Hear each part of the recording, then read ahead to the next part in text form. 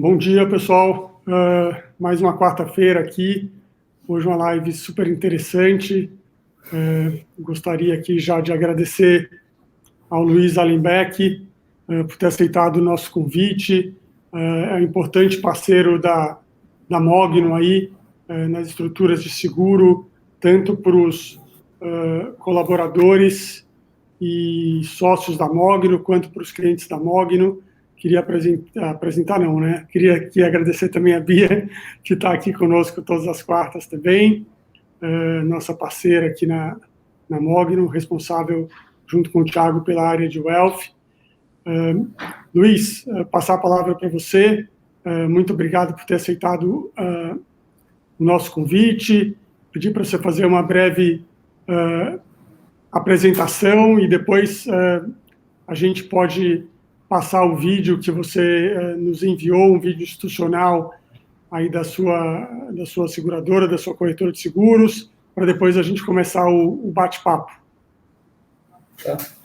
Obrigado, Pedro. Obrigado, Bia. Bom dia a todos. É muito bom estar aqui e poder falar de um assunto que eu sou apaixonado. Agradeço a Mogno e parabenizo pela vanguarda da preocupação com esse mercado, que é importantíssimo numa gestão de patrimônio eficaz. Meu objetivo nessa live é apresentar nossa ótica em relação ao mercado, a combinação de produtos e tentar fazer com que as pessoas que estão assistindo tenham uma percepção um pouco diferente em relação ao que elas estão acostumadas sobre esse mercado. Se quiser bom, né? Acho que o intuito da gente hoje aqui... A visão estratégica que eu adquiri no banco de investimento que eu trabalhei. Em 98, eu analisei o mercado de seguros e percebi uma grande falta de transparência e excelência no atendimento. Foi quando eu percebi que eu poderia fazer muito melhor. Entendi. Eu tô aqui com o Wagner. Com o passar dos anos, a excelência se tornou um sacerdócio para mim. E o foco foi montar uma equipe espetacular para surpreender e fazer a diferença na vida dos nossos clientes. Nos colocamos no lugar dos nossos clientes para perceber seus anseios e necessidades. Uma comunicação simples. Somos pessoas atendendo pessoas, com atenção, empatia e responsabilidade. Queremos proporcionar alívio no momento da sua fragilidade, cuidando de cada detalhe para que você tenha certeza de que tudo ficará bem. Agimos com a ética e a verdade, buscando as soluções que sejam mais eficazes para os nossos clientes. Com processos totalmente integrados e sinergia, conseguimos atender com gentileza, precisão e agilidade. Nossa expertise permite entender os riscos e harmonizar as necessidades e expectativas dos nossos segurados com a linguagem técnica das apólices. É gratificante presenciar a tranquilidade do cliente no momento de regulação e liquidação do seu sinistro. Mesmo com a pesquisa mostrando um alto nível de satisfação dos nossos clientes, mantivemos a mentalidade de aprendizes, cientes de que podemos ser ainda melhores. Junte-se a nós nessa jornada pela excelência e tenha a certeza que entregaremos a melhor solução para você.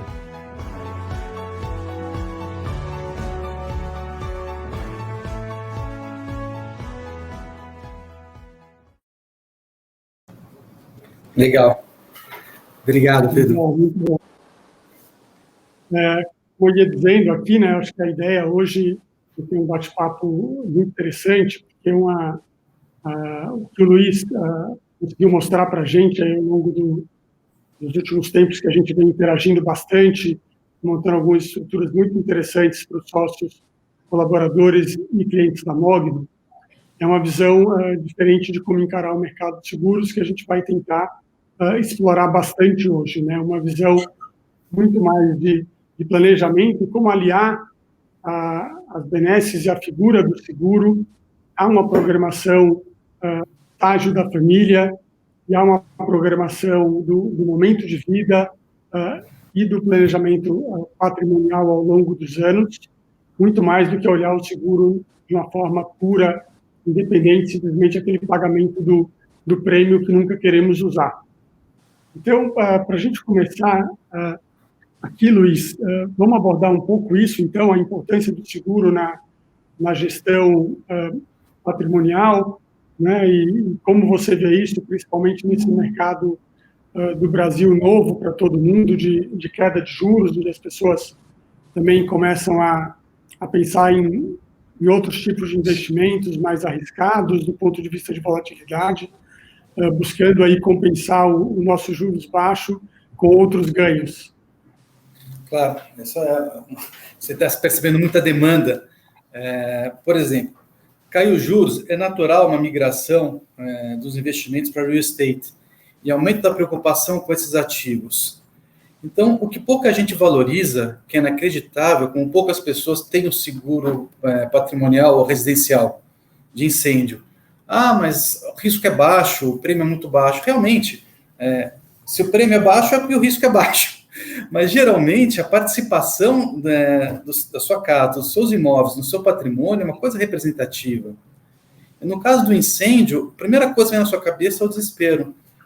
Tem até um vídeo que está aqui na internet, não vou citar nomes, de um amigo seu que trabalhou, colega seu da Reding Grifo, mercado financeiro, uma casa perto do Paineiras, de repente pegou fogo na casa. E o bombeiro chegou, não tinha água suficiente, queimou a casa inteira, a cena é chocante, é triste até.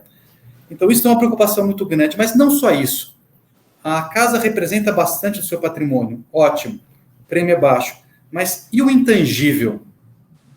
O que eu chamo de intangível? Você cobre isso numa responsabilidade civil familiar. Ah, eu tenho dinheiro para minha casa. Ótimo. Se roubarem meu carro, eu tenho dinheiro para o carro. E o dano a terceiro? Então, nesse vídeo aparece literalmente que esquentou muito a casa, voou vidro no vizinho, quase pegou fogo no vizinho. Então, a cobertura da sua casa mais a casa do vizinho. Então, até que ponto isso chega? E muitas vezes a responsabilidade civil familiar, ele tem um ponto importante. Eu sempre cito uma história, acho que foi um executivo do Itaú, há muitos e muitos anos atrás, foi transferido para Nova York, tinha um filho pequeno, de 5, 6 anos, deu uma festinha em casa, e uma criança machucou o braço. Deu um tempinho, veio uma ação de indenização de $1 milhão. O desespero que bateu nesse executivo, dentro do banco e tudo, porque lá é outro cenário, tá? Acabaste pagando acho que $500 mil, que é uma coisa ridícula, tá? Mas vamos pensar você, Pedro, com um filho pequeno. Você leva para passar um final de semana na sua casa, está no balanço, está na gangorra, ele bate a cabeça e cai. Você leva para um hospital, quem está pagando a conta? O pai do seu amigo, o pai da criança, você. Então, o RC familiar, ele vai te amparar tanto danos a imóveis e danos terceiros, quanto a pessoas que estão circulando na sua casa. Esse número pode ser intangível. Eu sempre cito exemplos, está num prédio, a criança brincando joga um carrinho lá para baixo e mata o faxineiro do prédio, alguém que está passando embaixo. Isso é ilimitado. E essa cobertura, geralmente, sempre está no seguro residencial, que eu valorizo bastante. Outro que chama muita atenção é no de veículos. Eu não sou fã do mercado de automóveis, nossa carteira é boa, mas não é o foco. Mas é assim, o casco interessa, que é o valor do carro, sim. Mas o que mais interessa é a vida. Então, nos meus carros, cobertura de danos pessoais é $1 milhão. A gente não sabe se eu vou atropelar um ciclista, quanto isso vai custar, o carro eu sei quanto eu custo, ou para arrumar, ou a perda total. Mas a vida da pessoa, que eu vou gastar com aquilo, é justamente no seguro de responsabilidade civil, no caso de veículos, tá? Puxando um pouco para o patrimonial, que aumentou muito a preocupação, eu percebi muito isso um pouco antes do efeito repatriação, agora também com crescimento grande, muita gente comprando imóveis no exterior. A Europa é bem mais tranquila, mas Estados Unidos, a tributação no caso de sucessão é uma coisa assim, cavalar.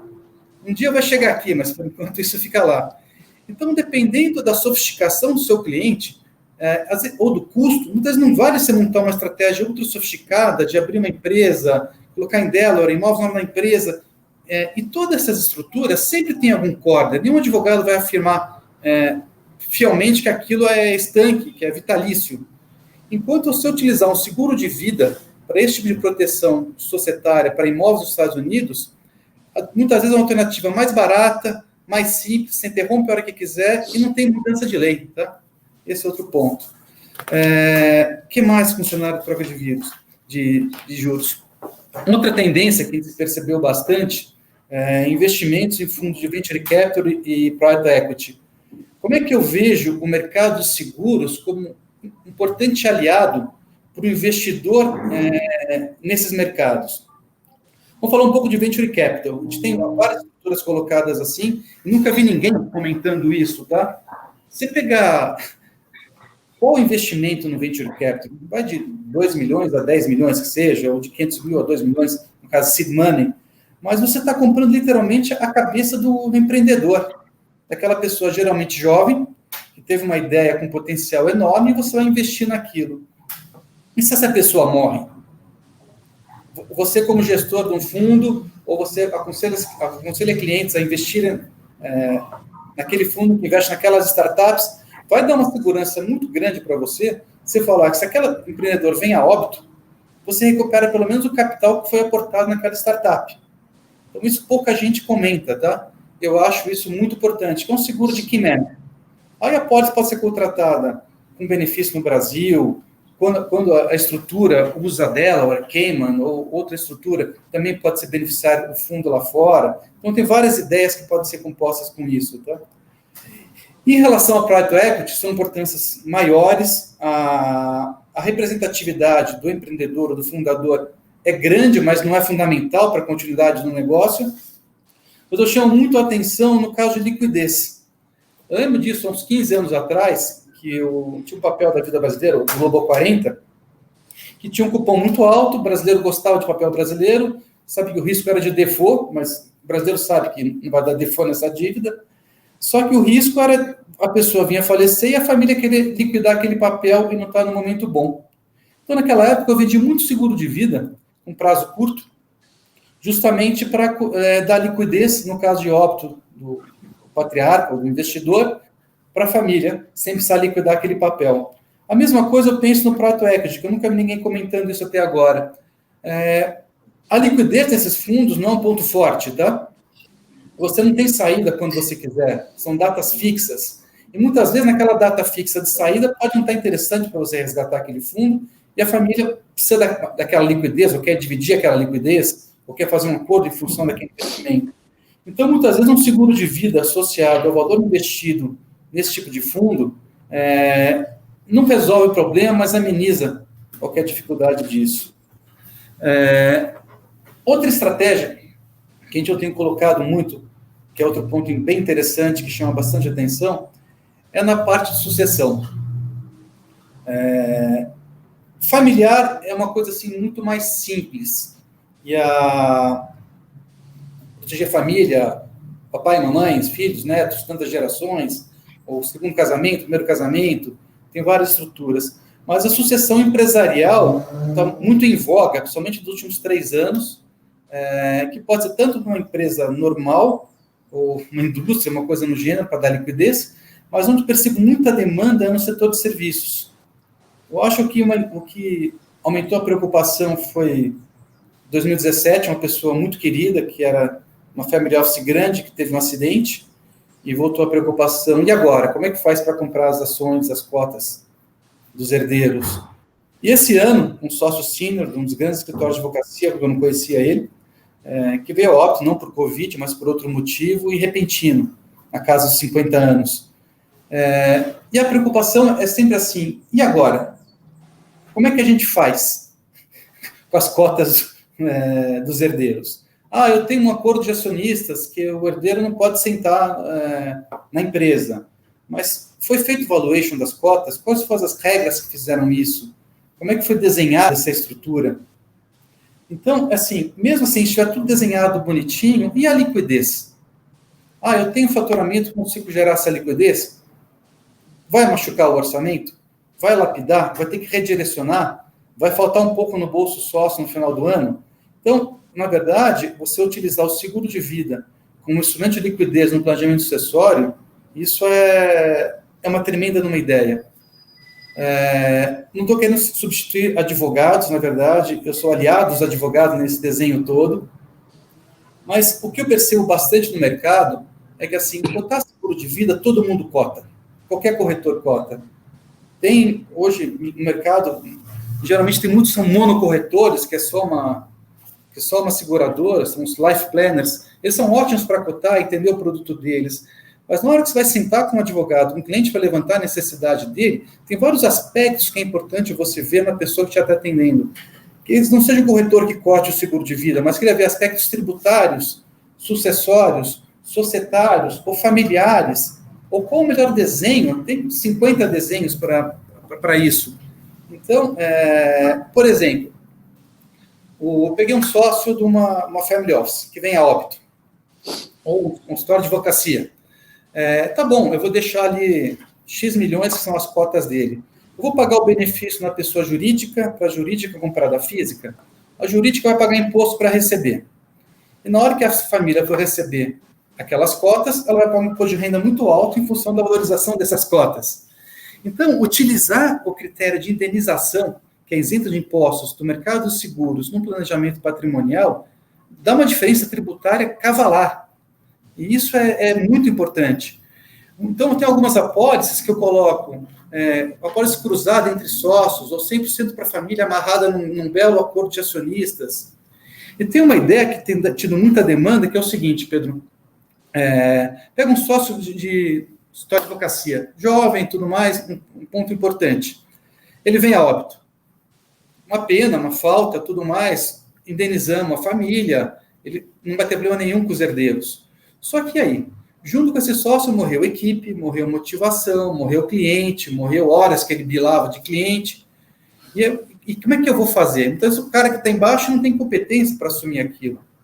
Então, o que tem dado muito, muito sucesso, assim, além de eu montar o planejamento das cotas dele, eu uso uma estratégia de key man junto. Então, eu vou deixar 5 milhões de X de dólares, de reais, para a família, para as cotas dele daquele ano, daqueles 2 anos, e mais 1 milhão, onde o beneficiário ou vai ser a sociedade ou vão ser os outros sócios. Para que vai servir esse 1 milhão? Para eu pagar um headhunter, sair a mercado, buscando uma pessoa próxima ou um perfil semelhante, ou eu poder dar luvas para algum executivo, uma pessoa importante que esteja no mercado, para vir trabalhar comigo, já tenho dinheiro em mãos, e muitas vezes, se 1 milhão veio para mim, eu vou te dar 500 mil para você vir para cá, e 500 mil vai estar no contrato de vesting, amarrado em produção, que você fizer. Então, na verdade, eu acabo protegendo 2 cenários. Um, evitar amolação com a família, e outro, evitar perda patrimonial daquela empresa em função daquelas vidas. Porque numa sociedade de serviço, o peso de um sócio é muito grande naquilo. Então, a falta dele, ninguém repõe, mas a falta financeira você consegue absorver com seguros, tá? Essa é uma ideia boa. Muito interessante, Luiz. Assim, tem uma pergunta aqui que entrou, que a gente pode aí colocar junto com os pontos que você está levantando, que são todos muito, muito bons e que depois a gente pode aprofundar alguns deles um pouco mais. Mas aqui tem uma pergunta que entrou que pedindo para a gente falar um pouco sobre seguro resgatável em vida. Vamos abordar um pouquinho para atender aqui essa demanda dos nossos ouvintes ou espectadores, né, agora aqui ao vivo. Assim, eu entrei nesse mercado em 98, que eu vim no mercado de bancos de investimento, era o que tinha. E eu sempre me perguntava como é que a conta fecha. Então, assim, aí eu aprendi depois de muitos anos, a partir de 99, eu que trouxe o mercado brasileiro o primeiro conceito de term life, que é seguro puro. Mas o que eu aprendi sobre seguro resgatável? Ele é maravilhoso para a seguradora, que é um prêmio alto, é maravilhoso para a pessoa que vende, e para a pessoa que compra, para o segurado, ele vai ser bom só se você acumulou um capital durante um bom tempo e perdeu totalmente a capacidade de pagamento do prêmio, ou precisou daquele dinheiro lá na frente. Do contrário, eu não acho um bom veículo de cobertura. Tá? Eu lembro quando eu entrei nesse mercado, que eu tinha uma colônia X, que eu botei muitas pessoas, e tinha um banker do JP Morgan, isso foi em 98, 99, que as pessoas iam constar, eu faço esse seguro capitalizado, esse banker eu odiava ele na época, depois eu acabei entendendo, que ele falava muito, buy term and invest the difference, ou seja, como o seguro aqui, investa a diferença. É assim, a comissão paga, a gente que trabalha no mercado financeiro, eu que trabalhei, é muito nítido. Na hora que você paga uma comissão muito alta, não é a seguradora que paga, é o cliente. E o comissionamento nesse produto ele é muito alto. Por isso que existe a penalidade para resgate durante X tempo. Ninguém conta isso para você. Então, você quer montar um seguro... só que tem um segundo fator que motiva muita gente. Não sinto que eu estou gastando. Eu vou recuperar lá na frente aquele dinheiro. Eu falei, vamos fazer o seguinte. Compra o seguro puro aqui e põe o diferente num fundo, que seja num VGBL, tá? Que não vai ter imposto no caso de sucessão, não entra em legítima nem nada. Se você traçar uma curva do custo seguro mais a contribuição no VGBL com o custo e penalidades do seguro de vida, é brutal a diferença.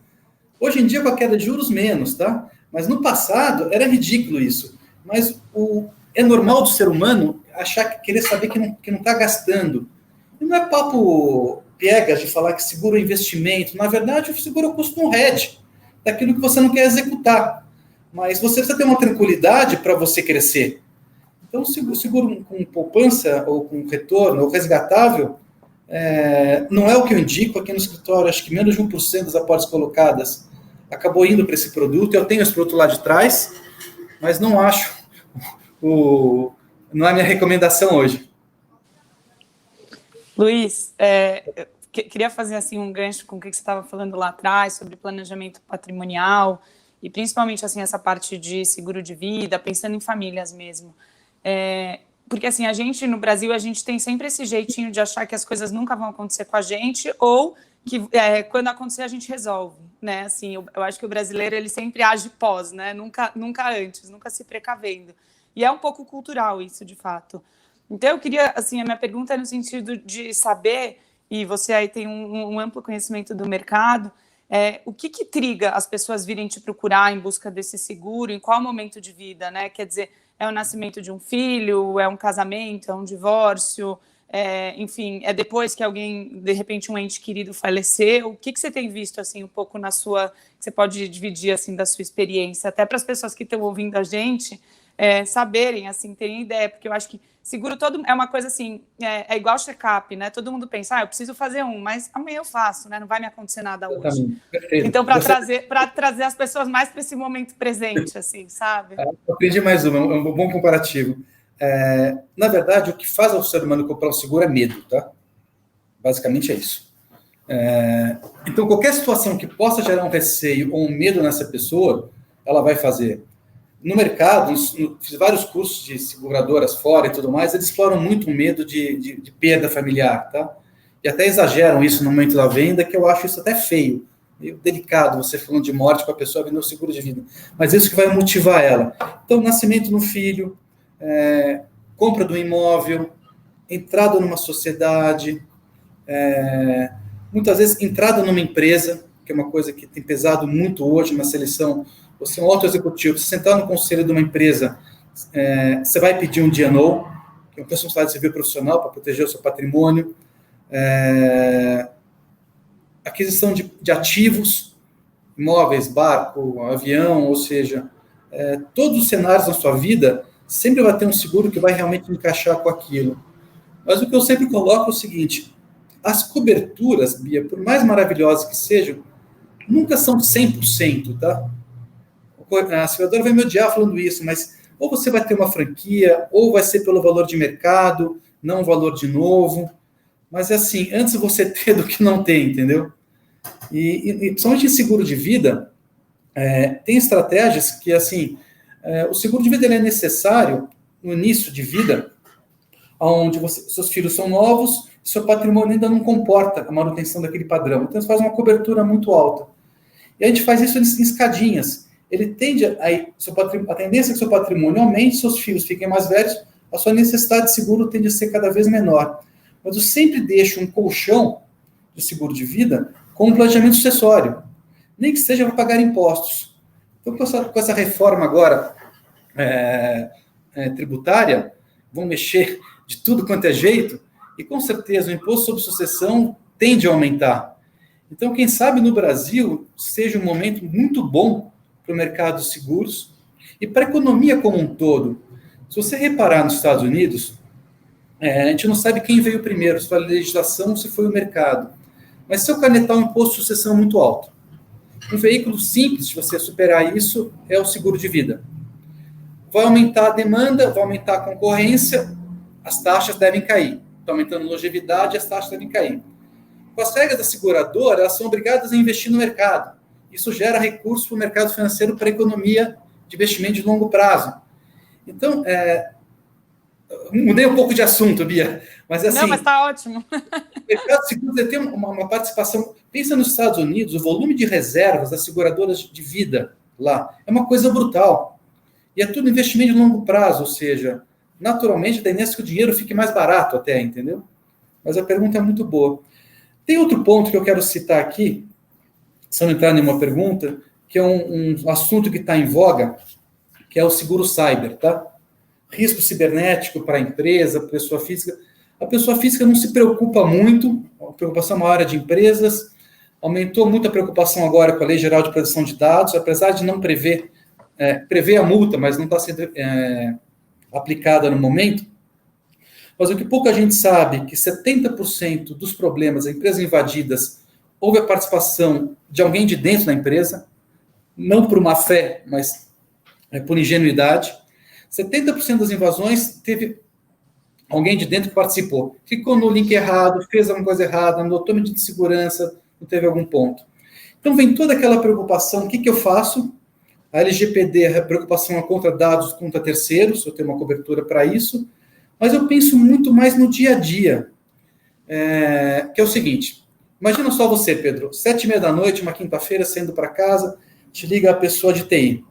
Pedro, ferrou. Invadiram, travou tudo. O que você faz nessa hora?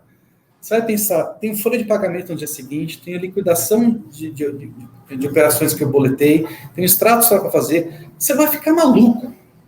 E aquela pessoa do TI, que é maravilhosa, que venderam para você com o cara mais fera do mundo, esse cara também foi vazado. Você investiu uma fortuna no sistema de proteção e aconteceu isso. O que você faz? Então, esse seguro de cyber, tem vários seguradores que oferecem hoje, a preocupação não é só o dano a terceiros, é o gerenciamento de crise. Só pegar seu telefone na hora, se for no caso da IG, a Deloitte, se for no caso da AXA, Accenture, são centrais de resposta mundial, que ficam monitorando o mercado de ameaças mundialmente. Essa pessoa vai entrar no seu sistema e começar a apagar o fogo, ou travar todo aquele problema. Então, assim, o cyber eu vejo muito mais hoje, antes de ter essa multa e tudo, como um gerenciamento de risco para você, gerenciamento de crise do que você vai ter, do que depois danos a terceiros, restauração de imagem e outros problemas. Geralmente, no seguro sequestro, o que eu agora, graças a Deus, esse mercado reduziu bastante, mas foi muito grande, somente de 2000 a 2005. Tá? Então, a preocupação era a indenização, com certeza, a indenização faz falta, vai fazer, qualquer um fazer um cheque acima de 1 milhão faz falta, independente do patrimônio, mas somente quem ia estar gerenciando o comitê familiar durante aquele processo de crise. Então, eu vejo muito um paralelo desse gerenciamento de crise, que não deixa de ser uma extorsão, só que em vez de ter alguém da sua família, ele vai ter sua empresa na mão. Então, esse papel, ele se conversa muito. E eu acho que é uma preocupação que o mercado, eu nunca vi nenhuma live, ou nenhum alguém de mercado valorizando tanto o gerenciamento de crise, quanto eu valorizo nesse ponto. Tá? Eu acho que dá para ser conversado. E uma área, já são 9h30, senão eu vou tomar a live inteira de vocês. Não, mas para você tomar a live é sua. Mas tem várias perguntas aqui, Luiz. Não, na verdade, está fazendo 15 lives, mas você tem alguns assuntos que eu tenho percebido mais demanda. E outro agora é na área de saúde. Que, assim, é um mercado que tem muita procura, tem muito questionamento, o fator reajuste incomoda todo mundo, reajuste por idade, o presentão de aniversário que você tem no Brasil, naquele mês, é o aumento do seu seguro-saúde em função da idade, a hora que você muda de faixa, você fica bem feliz, aí se coincide com o aumento anual do contrato, você fica maluco, e além de 2003, o Estatuto do Idoso, que criou as bandas etárias, os produtos por adesão, como advogado, médico, economista, contador e outros, a mudança de custo dos 58 para os 59 chega a 72%. Então, imagina se você faz aniversário junto com o reajuste, subiu 100% do contrato. Se você e sua mulher têm a mesma idade, seu contrato de R$6.000 por mês, com a Sensílio, vira 12. Então, não existe uma solução, existe um questionamento, existe uma ótica sobre isso, que eu vou passar um pouco para vocês, mas principalmente o seguinte, esse é o momento de satisfação. O segundo momento de satisfação é num sinistro. Porque a pessoa se preocupa nos meus médicos, no meu check-up, algum problema que eu cuide. E ninguém se recorda ou lembra direitinho que na hora de um sinistro ou numa cirurgia, tirando o Omint, que tem uma rede, e a CarePlus tem uma rede muito boa de médicos, você vai ser para o reembolso. E nessa hora vem a má notícia. É fácil hoje cirurgia, 40, 50, 180, 100 mil reais. Neurologista tem mais, câncer pode passar disso, onde o seu plano vai cobrir um pouquinho. Então você tem a sensação de insegurança muito grande. Eu pago caro, sou reajustado, isso é o mercado, não tem como fugir. Qual a estrutura que eu penso em relação a isso para um cliente de alta renda, tá? Primeiro ponto é o seguinte, desmistificar que o mundo não acaba sem CA e sem Sírio, tá? Senão o que seria de nós, o que seria da população de alta renda que vão estar em Porto Alegre, Goiânia e outros lugares. No caso de uma emergência, são atendidos lá. E muitas vezes eles preferem ficar lá, que conhecem os médicos, quem vai estar atendendo, tá? Então, primeiro ponto, desmistificar. Eu não morro sem A e sem Sírio. Outra, até que ponto é importante a cobertura ambulatorial para um cliente de alta renda? Se você já está acostumado a pagar 800, 1.000, 1.200 reais numa consulta, reembolsar 400, é alguma coisa. Mas será que esses 400 vai morrer se você ficar sem ele? Quanto custa? Qual a diferença hoje de um seguro hospitalar para internação ou um seguro completo uma pessoa com mais de 60 anos de idade? Ele chega a ser o dobro do preço. E muitas vezes essa pessoa de 60 anos de idade não chega a ter utilização ambulatorial que justifique essa diferença. Então esse é um ponto que chama a atenção. Ou reduzir a rede, que eu não acho ideal, mas reduzir para um produto hospitalar, eu acho que é interessante, em termos de custo, você guarda aquela diferença, você aumenta a sua consciência de utilização. Agora, você também não tem uma cobertura completa.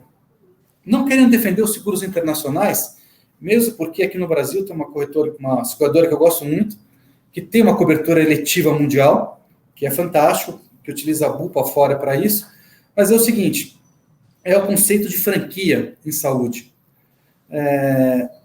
Seria um stop loss. Eu elejo uma franquia para mim de $2.500. $2.500, ninguém gosta de pagar, mas está na conta, eu pago, infelizmente eu acabei utilizando aquilo. Mas daquilo em diante, eu tenho uma cobertura full, 100%, é uma tranquilidade brutal. A percepção, muitas vezes, de vocês, ou de quem está nos ouvindo, é um pouco diferente de um corretor de seguros, que eu estou indenizando encrencas todo dia, de todos os ramos que a gente trabalha, praticamente como o mercado inteiro. Então, eu vejo de casos de cliente que usou mais de $1 milhão fora em tratamento de câncer, e o marido dessa segurada é um cirurgião oncológico. Então, assim, umas coisas que você nunca acha que pode acontecer com a gente, isso pode ir embora. Eu vou te dar alguns exemplos, tá? Que às vezes mexe comigo e me orgulho de trabalhar nessa área e me dá um gosto muito grande no momento que eu pago uma indenização. Vou dar o nome dele, vou falar o sobrenome, seu Hamilton, um cliente muito querido, de muitos anos, mais velho, tratou as 2 cataratas, cobertura integral pelos planos. Aqui no Brasil, geralmente, o cristalino é pago à parte, essa seguradora indenizou ele integralmente, dá uma cobertura mundial para ele. Patrimônio enorme e a pessoa muito simples. Ele falou, Luizinho, minha vista está embaçando, amigo. Já não estou mais dirigindo, e assim, a esposa dele viaja, não vai perder tanto prazer com isso. Como é que eu faço? Vou ter que fazer transplante de córnea. E o meu médico falou aqui no Brasil que é de 6 a 7 meses a fila para transplante, que eu achei ótimo, tá? Achei que tem um prazo aqui curto. Mas ele falou, emocionalmente é muito ruim. Por quê? Se for 7 meses, eu coloco ótimo, mas às vezes ligam para você, você fica super animado, você vai para a clínica ou para o hospital, preparam você, chega a córnea não é ideal para você. Aí você vai para uma fila B, que é mais 2, 3 meses. Quando tocar o telefone de novo, vai ser uma alegria e uma preocupação. Então, esse fator emocional, que a gente sabe que pesa muito na recuperação ou no problema de saúde de uma pessoa, é muito delicado. que aconteceu com o seu Hamilton? Ele falou, como é que eu utilizo isso fora? Aí eu fiz uma pesquisa pela publicação da US News, que é US Best Doctors, Best Practices, Best Hospitals, e transplante de córnea, por incrível que pareça, Miami University era o centro número 1 do mundo para isso. Depois acho que era Houston, era variado, tá? Aí eu peguei os principais médicos, os principais hospitais e passei para o seu Hamilton. O oftalmo dele falou, pode ir nesse primeiro aqui, ele é o papa do mundo de transplante de córnea, e você pode fazer com ele. Ele já tinha gasto a franquia em outros gastos aqui no Brasil, foi com a filha para Miami, fez o transplante, não pagou nada, porque não tinha mais franquia, com o médico que ele quis, no hospital que ele quis, com o papa do mundo nessa área. Precisou ficar um mês em Miami para não ressecar a córnea no avião. Voltou, está enxergando até hoje, ou seja, até que ponto, como corretor, você está pensando na alegria do seu segurado, entendeu? Esse fato é como comove a gente. Você devolver a vista para um cliente que poderia passar por um processo de 7 meses a 1 ano de uma córnea aqui no Brasil. Então, isso mexe bastante. E assim, e quanto ele não pagaria isso no Brasil? Já começa aqui no Brasil, para transplante, você não tem como pagar. Você é obrigado a esperar na fila. Então, depende do patrimônio que você tenha para colocar nisso, você não teria como fugir. Eu peguei outro cliente, que é um problema de coluna, que queria um atendimento, o Richard Guyer, que foi o cirurgião responsável por trazer o Tiger Woods de volta aos campos de golfe. E estava tentando marcar uma consulta com ele, eu conversei com a seguradora, marcaram uma consulta, não teve cirurgia. Então, até que ponto, assim, por mais que nós tenhamos excelência médica no Brasil, somente entre Einstein e Sírio, tá? Não é tudo. Outro ponto que é uma tendência mundial, que está chegando no Brasil aos poucos, mas eu já fiz 5 pesquisas disso, é um second opinion. O que eu chamo isso que é importante para o cliente de alta renda? Você dá uma mulher, apalpou, sentiu caroço, foi na ginecologista, vamos olhar, faz a punção, apareceu câncer. A gineco vai mandar você para o papa que ela conhece, alguém da família manda para 1, outro para 2, você senta com esses 3 cirurgiões excelentes, se você consulta no Google, você acha que você vai morrer amanhã, porque só tem desgraça no Google, e até que ponto você se sente confortável até de negociar ou entender com esses médicos. Então, o que é muito comum nas seguradoras, um second opinion mundial. Eu já fiz 5 consultas para isso. Os 5 foram professores, doutores em Harvard. E assim, veio uma second opinion em inglês e português, aparece o currículo da pessoa, quem ele é, ou quem é a equipe que ele coordena, e depois o parecer dele totalmente isento de conflito de interesse com a seguradora. Isso é muito bom. Dependendo da complexidade do caso, são 3 médicos laudando aquele seu caso, entendeu? Então, esses são alguns conceitos de saúde que o Brasil tem muito a evoluir, mas você já tem acesso a isso fora. Não só por um serviço, mas como você tem uma cobertura full. De um problema médio em diante de saúde, onde você deixaria honorários médicos tirando das suas reservas, você tem uma cobertura 100%, a tranquilidade é completamente diferente. Mas, sei lá, estou falando demais e fugindo um pouco do foco. Não quero vender algum produto em si. Não, interessante. Eu acho que é isso mesmo, são várias óticas, né, e elas vão se complementando, e aí é uma questão de conversar bastante, entender as reais necessidades, né, momento de vida, idade, se tem filho, não tem filho, se tem dependente, não tem dependente, e ir traçando um desenho mais completo das necessidades daquela pessoa, daquela família, né? E aí, emendando com isso, entrou aqui mais uma pergunta do Lúcio, né? Qual o seguro ideal para o profissional liberal solteiro? Então, ele já deu uma pista aí que não devem ter muitos beneficiários, né? A não ser que o dinheiro tenha que subir, né, de volta, que ele ajude aos pais, né? Mas filhos e esposa, pelo visto, ele não tem. Ele não deixa claro aqui na pergunta se ele está pensando em vida ou alguma coisa mais ligada ao trabalho. A gente podia aí tentar abordar um pouco os 2 casos. O que você acha, Luiz? O que eu acho? Primeiro, saúde, ou seja, o seguro-saúde de uma pessoa, do indivíduo é muito mais barato que uma família, então acho que tem que valorizar o seu ativo, que é você, então ter uma cobertura boa de saúde. O de invalidez, isso é muito importante, porque é o seguinte, quem vai estar pagando aquela conta?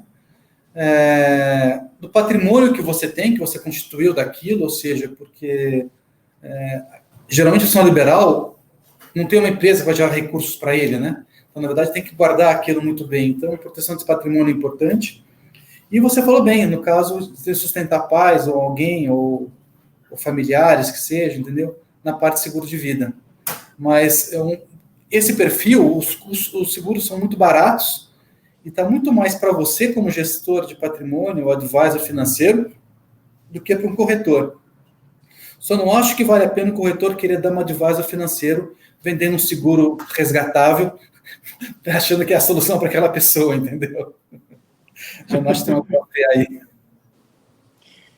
Luiz, estão chegando várias perguntas. Tem alguém aqui, a Thaís, ela quer saber sobre seguro para cobertura de doenças graves. Ah, tá, essa pergunta é ótima. Tá. Vamos lá. Essa é uma tendência, você tem uns 10 anos tipo de produto. O que eu chamo bastante a atenção?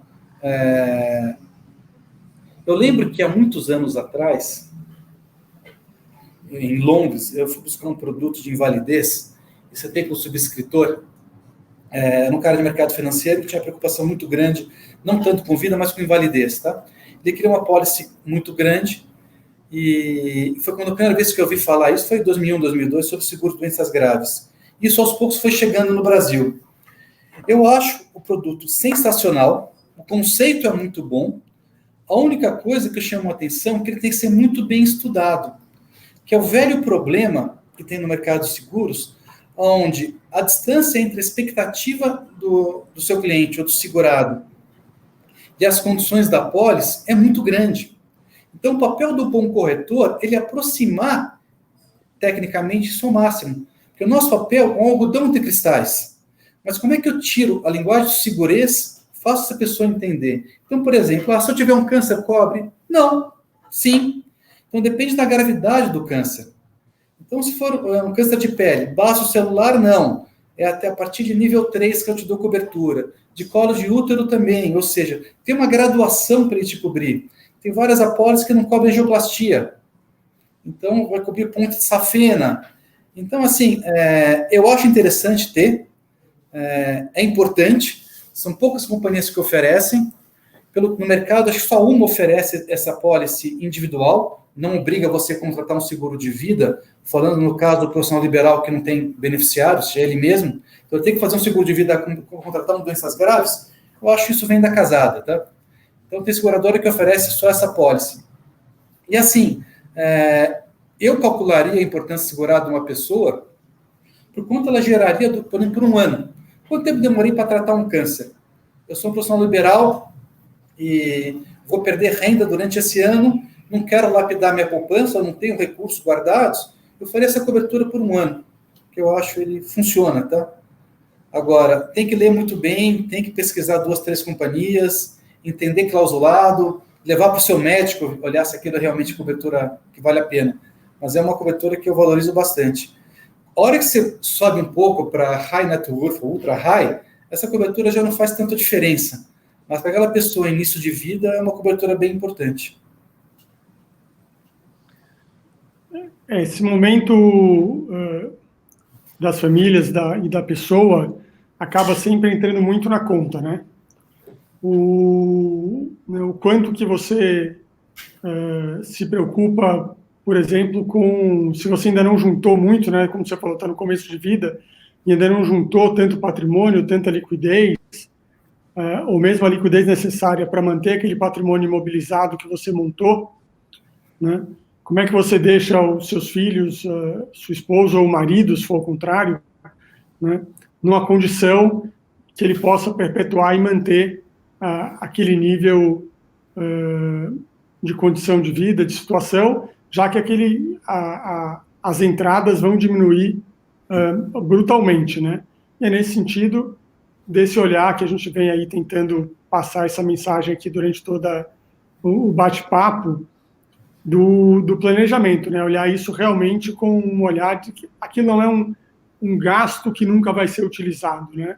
Aquilo na verdade, um planejamento que talvez seja utilizado, talvez não, mas que ele fez parte ali, vamos dizer, comparando com uma estrutura de um fundo de investimento, por exemplo, né, a taxa de administração que você paga para que alguém cuide daquilo, né? Quer dizer, uma parte ali que você não é beneficiado por ela, mas é uma parte necessária, né? Fazendo uma analogia aqui um pouco boba, mas que eu acho que funciona.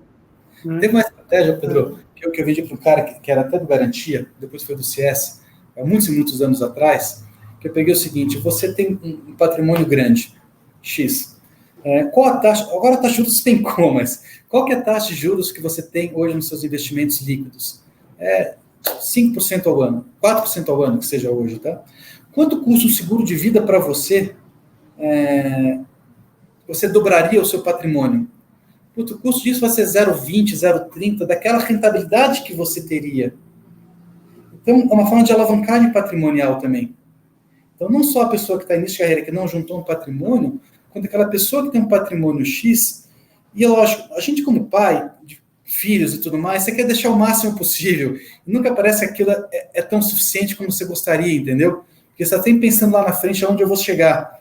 Mas você poder alavancar esse patrimônio deixado com um percentual mínimo, ou seja, ao invés de eu ter 5% de juros ao ano, eu vou ter 4,80 ou 4,70, porque esse 0,20, 0,30 foi o custo que eu paguei de um seguro de vida, ou do seguro saúde, ou do seguro de proteção X, entendeu? Não é investimento, é o custo de um hedge.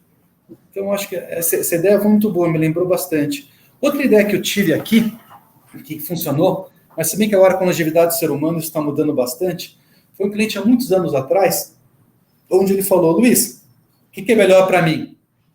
Eu fazer um seguro de vida, ou eu fazer, para mim, eu vou fazer uma previdência privada para mim, ou fazer um seguro de vida para meus pais. Eu tinha um casamento de idade bom, entendeu? Pelo seguinte, porque eu vou demorar 30 anos para juntar, um pouquinho, vai ter, o mercado vai fazer assim, eu vou ganhar dinheiro, vou perder dinheiro, vai subir, vai baixar, minha vida vai mudar, não sei como é que eu acompanho. Enquanto, certeza que em 30 anos minha mãe vai falecer. Então, se você calcular a TIR, ou comparar as duas curvas, de eu ir juntando projetado, ou de quanto eu gastei de prêmio, qual foi o benefício fixo por morte, elas se cruzam. O que é triste é assim, quanto mais cedo ela vai falecer, maior a TIR que você vai ter, maior o retorno, a rentabilidade daquele capital aplicado. Enquanto mais tempo ela viver, mais felicidade você vai ter, mas você diminui a rentabilidade. Mas dependendo do perfil da família, de idade de pais, de filhos, estado de saúde, essa outra estratégia também que é questionável, tá? Que muita gente pode começar a pensar que... Eu não vi ninguém no mercado pensando nisso até hoje, tá? Mas eu gosto disso, ou seja, assim, eu estou aberto a conhecer, a aprender. Essa ideia da Bia também de comparar foi muito boa, entendeu? Luiz, enfim, é uma pergunta assim, a resposta não é fácil, não é trivial, mas aí você tem uma larga experiência e talvez seria legal um pouco você compartilhar isso com quem está ouvindo a gente, no sentido assim, a gente faz, né, um seguro pensando que o pior não vai acontecer, mas eventualmente acontece. O que você tem visto, obviamente, não que você fez, mas, por exemplo, de pessoas que acabam te procurando, de na hora que elas precisaram, enfim, daquele recurso, ou que elas fizeram uma apólice que, de repente, tinha mensagens nas entrelinhas, enfim, o que as pessoas podem fazer para evitar ter uma surpresa, muitas vezes, negativa, no momento que elas precisam acessar aquilo que elas achavam que justamente seria um seguro, né? Imagino que você deve ter visto aí muitos casos ao longo da vida das pessoas que te procuram quando, assim, a situação ruim já se materializou. Então, para a gente, assim, dar um pouco de dica aí nesse sentido, aproveitar a live, para as pessoas ficarem atentas, às vezes, a coisas simples que podem ser salvadoras nesse momento. Eu vou falar um pouco do perfil da corretora, que é assim, você cresce uma carteira, você cresce um mercado vendendo credibilidade. Então, eu sempre tentei ser o mais técnico possível e tentei sofisticar o meu cliente para entender o que ele está comprando, para tentar evitar aquele veja bem. Agora, de quem que é a culpa do veja bem? Sua, do cliente, que não prestou atenção na pólice, não deu aquilo, tinha uma expectativa, ou da seguradora que não soube escrever e divulgar, ou do corretor que não tinha má fé, mas era ignorante, não tinha estudado, não sabia a condição de apólice. É triste, mas assim, como eu vim no mercado financeiro, eu tenho uma ótica, a primeira coisa que eu avalio é balanço seguradora, porque nem vocês avaliam os produtos que vocês distribuem. É fundamental. Qual é o risco da seguradora? Não, estou fora dessa aqui, não dá para brincar. Ou esse mercado, a curva não vai fechar, eu estou fora dessa seguradora. O segundo, é raro o corretor que lê a apólice, ou que se atualiza da apólice. Então, e o cliente não vai fazer isso. Então, essa outra dica, assim, obrigue o seu corretor a te explicar as condições da apólice. Tem muito cliente que recebe a apólice em casa e não abre, não sabe o que contratou. Então, assim, qual a dica que eu dou? Selecionar quem vai te atender, se interessar um pouco mais sobre aquilo, imaginar você, no momento de sinistro, o que aconteceria, quais os riscos que você quer cobrir, tudo isso para evitar o veja bem. E uma dica que os bancos podem não gostar, mas evitar comprar seguro em banco.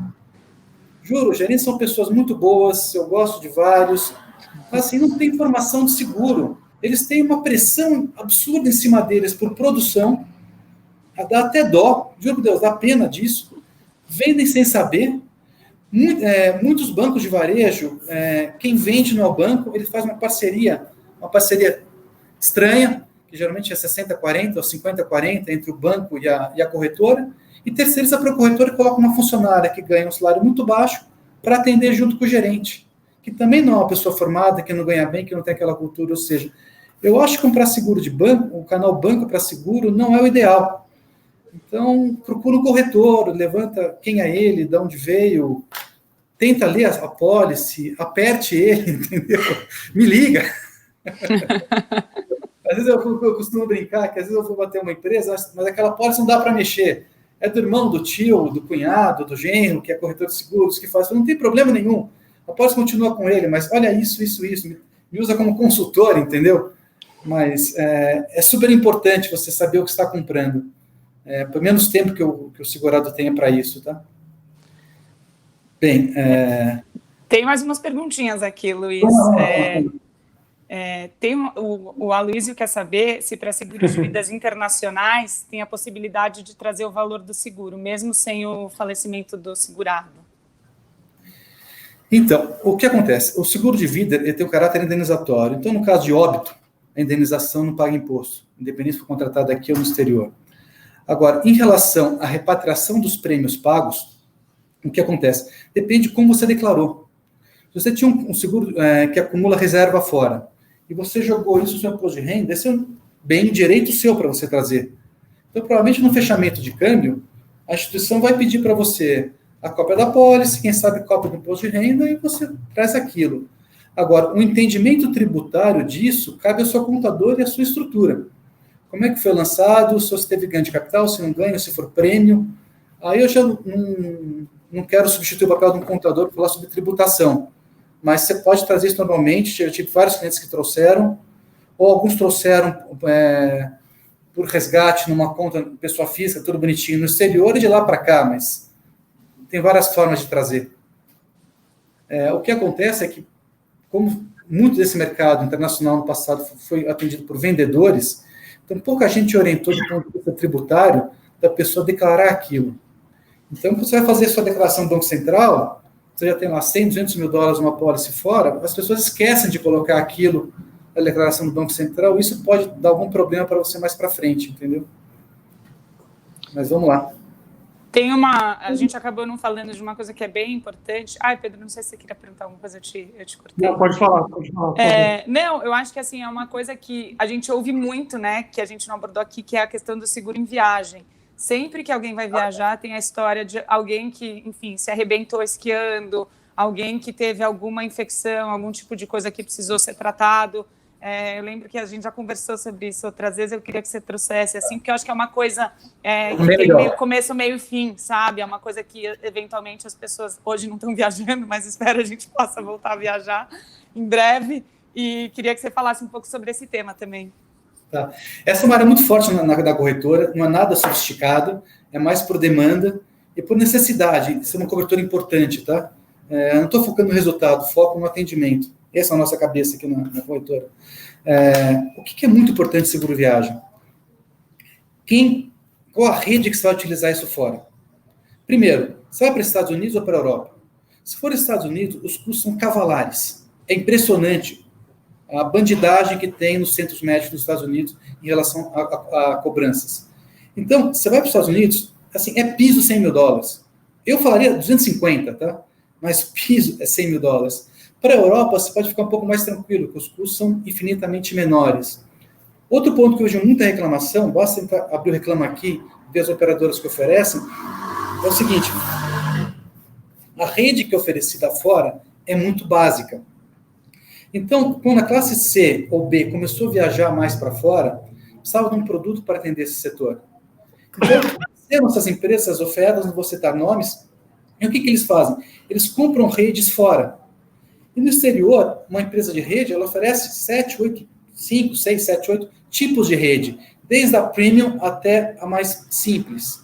Tá? Geralmente, os planos locais que vêm no seguro viagem, eles compram a rede mais simples e não dão reembolso, obrigam o cliente a comprar, a utilizar aquela rede. Se vai para um cliente de alta renda que viajou com um desses produtos, a reclamação é uma certeza, tá? Então, uma preocupação importante é o seguinte: valor da cobertura, que tipo de esporte você vai praticar fora, no caso de esqui e outras coisas, e outro é a rede que isso vai te dar fora. Então, você vai te dar reembolso fora de rede e a rede fora. Eu só conheço um produto no Brasil, não vou citar não, fazer propaganda, que é realmente que você pode falar, você viajar tranquilo. Todos os outros, você tem que reduzir, compre, mas reduza a sua expectativa em relação ao atendimento. Principalmente para um cliente que está acostumado com seriais, um produto local, que comprar desses produtos X, você vai ter dor de cabeça. Um seguro viagem, não são duas companhias, na verdade. Uma que você compra para pessoa física e outro é uma seguradora que é a AIG, ela é muito forte em seguro corporativo de viagem, e ela é a provedora do seguro viagem do Mastercard Black. Juro, os caras são sensacionais. Estou até sendo anticorretor. Posso viajar tranquilo com o meu Mastercard Black que eu vou ser atendido? Pode. Só lê as condições da pólice em relação se vai cobrir esporte de inverno, esqui e tudo mais. Mas, do contrário, se quiser ter excesso de zero e contratar um local, ótimo. Mas se não for o Mastercard Black, for dos outros cartões, se não for a IG, eu iria com um pouco mais de cautela. E dos nacionais, é uma companhia só que eu acho que vale a pena se preocupar com isso. Tem Bia, que eu vou assim, casos enormes, por exemplo, tinha uma família que alugou um apartamento em Paris e levou a funcionária. E não tinha contratado seguro de viagem. A funcionária teve um AVC em Paris. A conta custou, não foi tão alto, foi 85 mil euros. Que para a família isso não era muito problema. Mas se isso fosse nos Estados Unidos, você ia multiplicar essa conta por 5, 6, entendeu? Então, é super importante ter isso. O que mais? Uma pergunta bem interessante, que eu sei que nos Estados Unidos é possível, mas aqui no Brasil não sei se é possível. Se tem mercado secundário para apólice de seguro no Brasil? Não. O mercado secundário, que é só Estados Unidos, tem uns fundos que chamavam de... Nossa, vou lembrar. Na verdade, mercado secundário de seguro de vida é Estados Unidos. Na verdade, são fundos que compram apólices de clientes terminais, avaliam você, que vai ter um óbito de 2 a 5 anos, e você revende aquela apólice. Por uma taxa de desconto, que parece ser bem interessante. Teve um escândalo grande de fraude nesses fundos, onde a pessoa que avaliava superestimava o timing de óbito daquela pessoa e recebia por fora, entendeu? Mas eram os fundos de... Nossa, eu vou lembrar. Mas o mercado do Brasil ainda não existe. Isso não está imaturo, não tem produto para isso, não tem chance de colocar nisso. Mas é um negócio bem interessante. Ainda mais vocês da Mogno, eu já vi várias lives, e vocês gostam de investimentos alternativos, de players diferentes, ou seja, esse é um mercado legal. E Luiz, antes que está quase chegando no nosso horário combinado, mas para explorar um pouco mais, assim, né, você já deu aí uma pista de por que o mercado de seguro nos Estados Unidos é muito mais profundo e, portanto, muito mais barato, né? Qual que é a penetração no mercado de seguros nos Estados Unidos comparado com o mercado de seguros no Brasil? Só para a gente ter uma comparação e imaginar o que é que a gente pode esperar de desenvolvimento desse mercado de seguros no Brasil. Vou citar um exemplo. Quando eu vim... um dos motivos que me trouxe ao mercado de seguros, sendo do mercado financeiro, geralmente quando você é no mercado financeiro, só o mercado de seguros de cima para baixo, foi um dado. Isso foi em 98, que eu olhei, a indústria de seguros no Brasil era 0,8% do PIB. Na Argentina, que é muito fraco, já era 4%, Europa entre 6% e 8%, e Estados Unidos era 11,25%. E o pessoal na época falava da privatização do IBE, não quebra do monopólio. Eu falei, quer saber? Eu vou pôr o pé nesse mercado. E realmente isso deu muito certo, e trabalhei da forma transparente, com uma cabeça de investment banker no mercado de corretagem de seguros, tá? Mas deu super certo. Hoje o mercado, acho que está na faixa de 3,5%, só que conta muito o VGBL, porque o VGBL, no fundo, é um apólice seguro de vida. A vida é garantidor de benefícios livres. Não sei que avaliar o mercado com VGBL e sem VGBL, mas eu vejo um crescimento grande. Se eu pegar mesmo 0,8 para 3, em percentual é bastante, a gente tem um potencial brutal para crescer nisso. O que acontece é que tem que ter volume de vendas. Então, tem vários seguros na área de linhas financeiras, que as seguradoras vêm com um apetite grande, só que são poucos players, e começa a ter sinistro, eles tiram o pé. Então, eu acho que, voltando, eu vejo um bom crescimento, eu acho que dá para apostar nesse mercado, todos façam isso para aumentar volume, né? Diminuir prêmio, aumentar lucro das seguradoras, mas é isso. Tá ótimo, a gente chegou aqui no nosso horário, infelizmente, passou rápido, né? Conversa voou. Interessante, voou, né? Luiz, super obrigado pelo papo. Obrigado, Bia, novamente, aqui, sempre com perguntas ótimas. Deixo aqui a mensagem para todos que quiserem, através que nos escutaram, ficaram curiosos ou interessados, quiserem, através da Mogno, marcar um bate-papo ou procurar o Luiz diretamente para ter uma conversa e explorar mais necessidades individuais. A gente está aqui, a Mogno nos põe à disposição para fazer essa intermediação e para fazer essa ajuda e ajudar os clientes com a nossa visão também, né, complementando aí a parte de investimento com a parte de seguros, que a gente acha que faz todo sentido. Luiz, obrigado novamente. Bia, você quer falar um pouco mais aí também, finalizar? Não, acho que assim, queria agradecer ao Luiz, a gente já teve a chance de conversar antes, mas acho que a gente sempre sai aprendendo mais alguma coisa. Assim, a nossa audiência sempre é meio tímida, hoje realmente foi difícil acompanhar o chat, muitas perguntas e muitos elogios, então só mostra que realmente, assim, o tema é super interessante, você conseguiu trazer uma abordagem, assim, diferente do que as pessoas estão acostumadas e despertar o interesse, então parabéns e obrigada pela participação. Super obrigado pela oportunidade de vocês, e estou à disposição. Obrigado, Pedro, obrigado, Bia. Obrigado, Mogno. Obrigada para todo mundo que está ouvindo a gente também. Lembrando que a live vai ficar no nosso canal do YouTube, né? Então, quem quiser depois dar uma reolhada, quem quiser passar para alguém porque achou interessante, ela vai, daqui a pouco ela aí sobe lá, ela vai ficar disponível. Um abraço, Luiz, um abraço a todos que nos acompanharam aí durante essa 1 hora de bate-papo. Obrigado, Bia. Bom dia, pessoal. Obrigada. Bom dia para vocês.